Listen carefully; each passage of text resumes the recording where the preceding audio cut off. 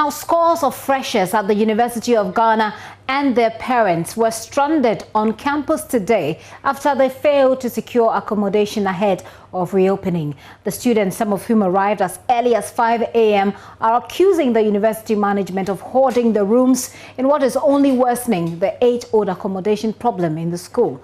Meanwhile, an intended demonstration to demand the university backs down on its decision to roll out a double-track system for this academic year was called off. My colleague Kweku Asante was on campus and came through with this report.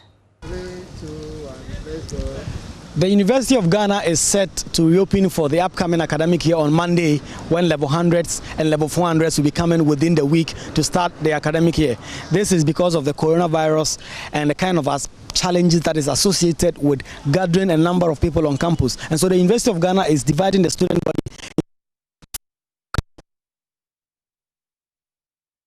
The University of Ghana faces each academic year as the problem of providing enough beds for all of its students. This year, the problem has not gone away. A number of students who have been admitted have been complaining that although they applied to the university through the online system and had accommodation, they've still not been able to get their beds because they are told they've lost their bed, even though they've been able to go ahead to pay their fees. So that challenge has not been fixed by the university management. Most of them who converged on the campus this morning were told by Legon Hall management where much of that problem has been happening, and that they uploaded some beds onto the online system more than once, and so they will try and fix it. But the problem is most of these will not have this challenge of them fixed. They would have to rely and resort to some of the private hostels, which fees is way higher than the traditional halls. And so it's left to be seen what will be done as the university battles with these perennial accommodation challenges that it's been facing every year. Some of these affected students and guardians who came to the University of Ghana campus to have these challenges resolved spoke to JoyNews. Yeah, I selected a room for my brother, my junior brother, in Legon Hall. The room number was G26. And later in the afternoon, we received a message from the university that the room is not valid, like we can't have access to the room. But already the mom have already paid for the room fees. They gave us 24-hour ultimatum to pay for the room. But we paid and we received that message that we can't access the room. Okay, for us, we got here as early as 5 a.m.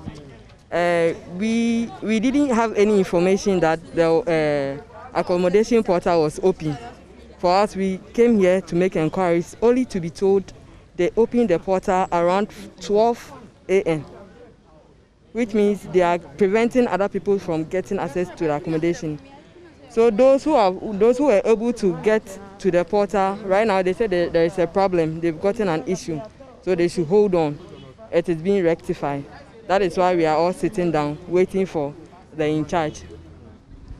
So the thing is, they opened the residential link. I booked for my sister and then she had a room in Legon Hall L6 and then everything was cool. So she was trying to pay at the bank, it wasn't going through. She came back later and then we used the UG pay method and then the payment went through.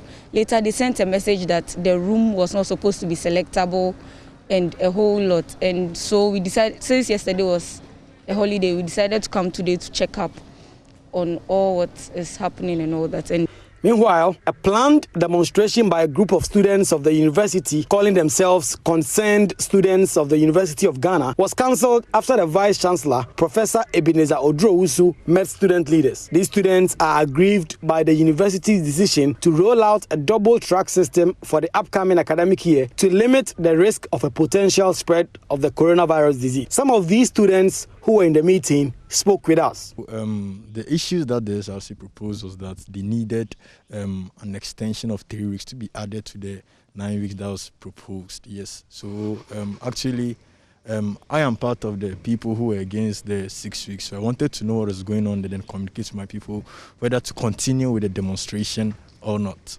Michael Papani is a reporter with campus-based Radio Universe. He was in a meeting with the Vice-Chancellor. The resolution is for them to get additional 3 weeks to submit their courses. So in an instance, maybe you've been given an assignment within the 6 weeks to submit, you've been given an additional 3 weeks to finish it up so that you don't have a lot of pressure on you, so that you can also have time to focus on the other subjects that you have. Having to do a minimum of 5 courses even here at the university are going to be 15 credit hours.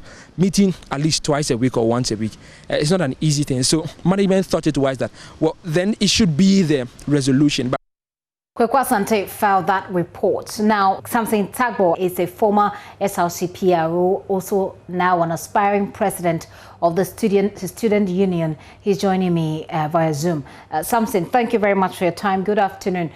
Let's start with what exactly your challenges are as students when it comes to the school's double track, for lack of a better expression for it.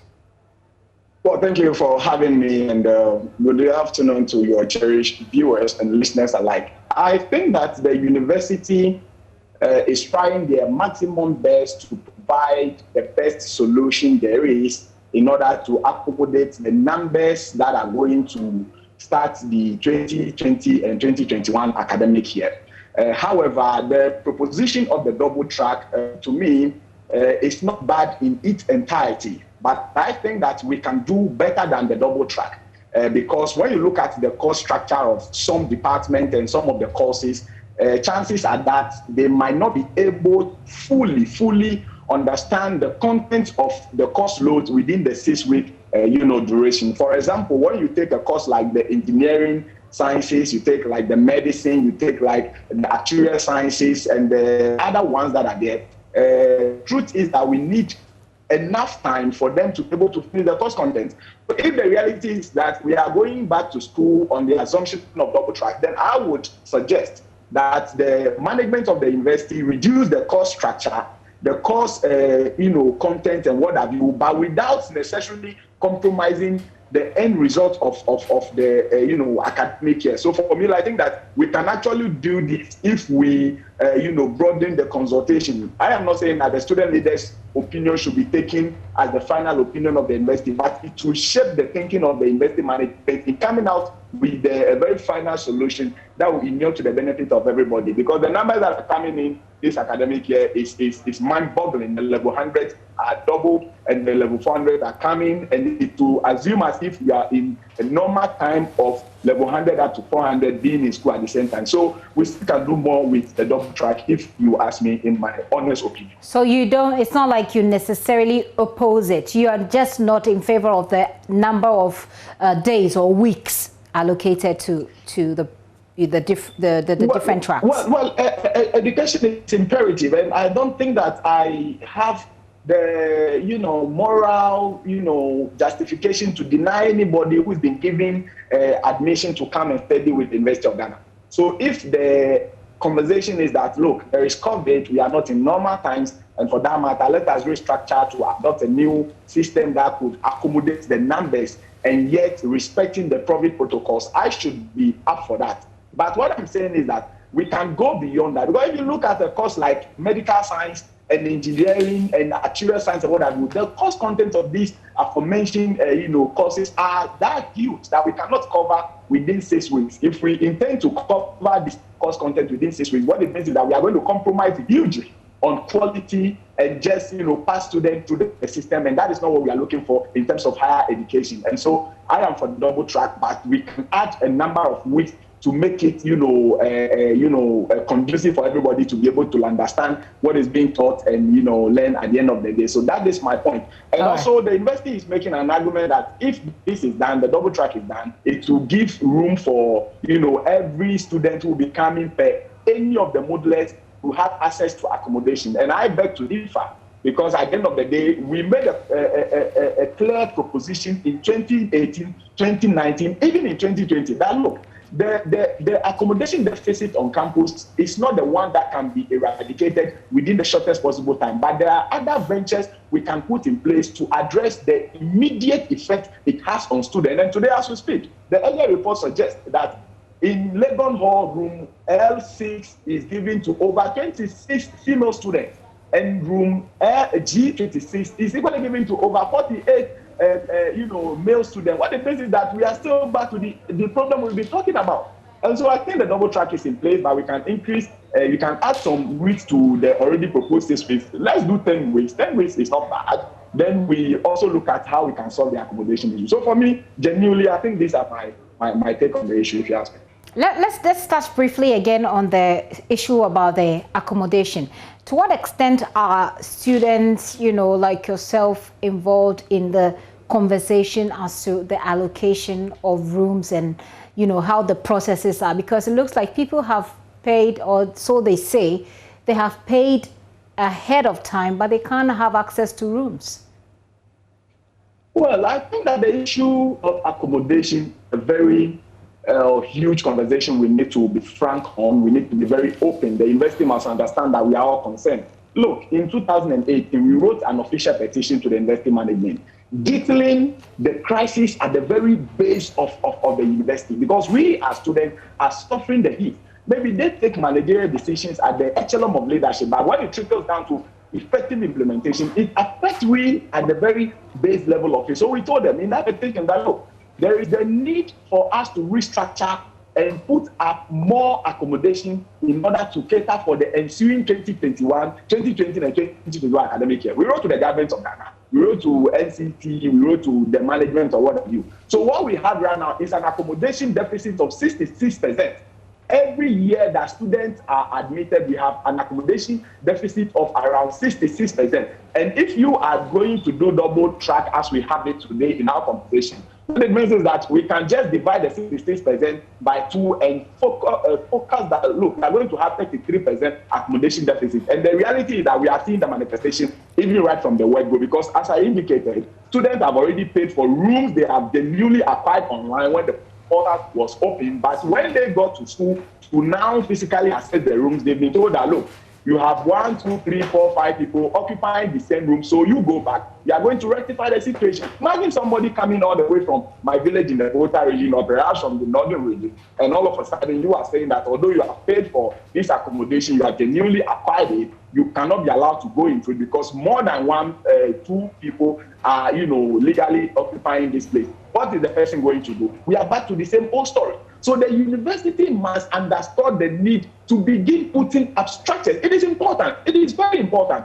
Because if you come to the University of Ghana right now, the Commonwealth Hall Old Students Association, the Old Banders, are putting up a very huge initiative of accommodation on campus, which is about 4,500 capacity when completed. But we heard some of the news telling us that, look, the university has asked them to stop putting up the structure because of, some excuses that I cannot run my head around. And I'm saying that if we want to be frank on this conversation, we must begin to do this because it will not take much for us to solve this problem. We can actually solve it, except that we are not committed enough, and except that we are assuming as though we care, but we really do not care, because what we need to put up accommodation in the first place is the land.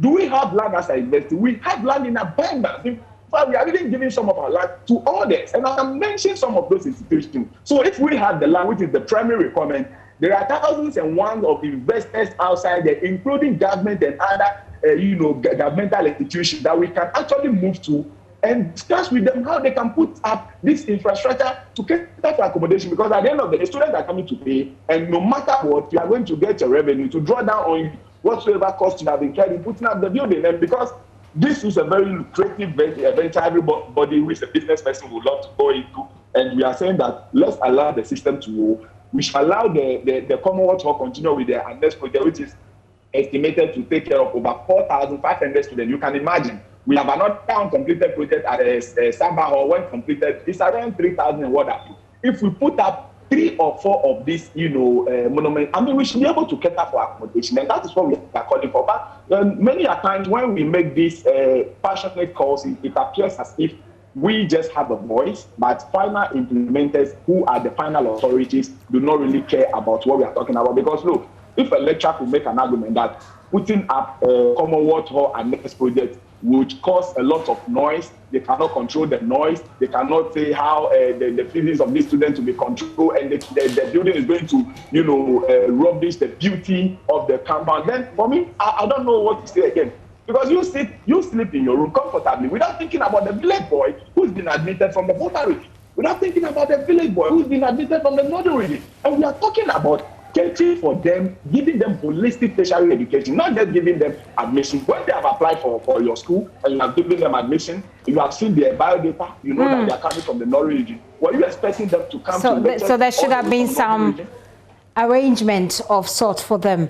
I understand that perfectly. Samson, thank you very much for your time. We hope to see along the line what solutions the authorities come up with, but we'll keep our eyes on this story. And I wish you the best with your aspirations on campus. Student politics can be very interesting when you put all of this in the mix. Samson Tagbo is the former PRO for the Student Union, and he's aspiring to be I think, SRC president. All the best to him.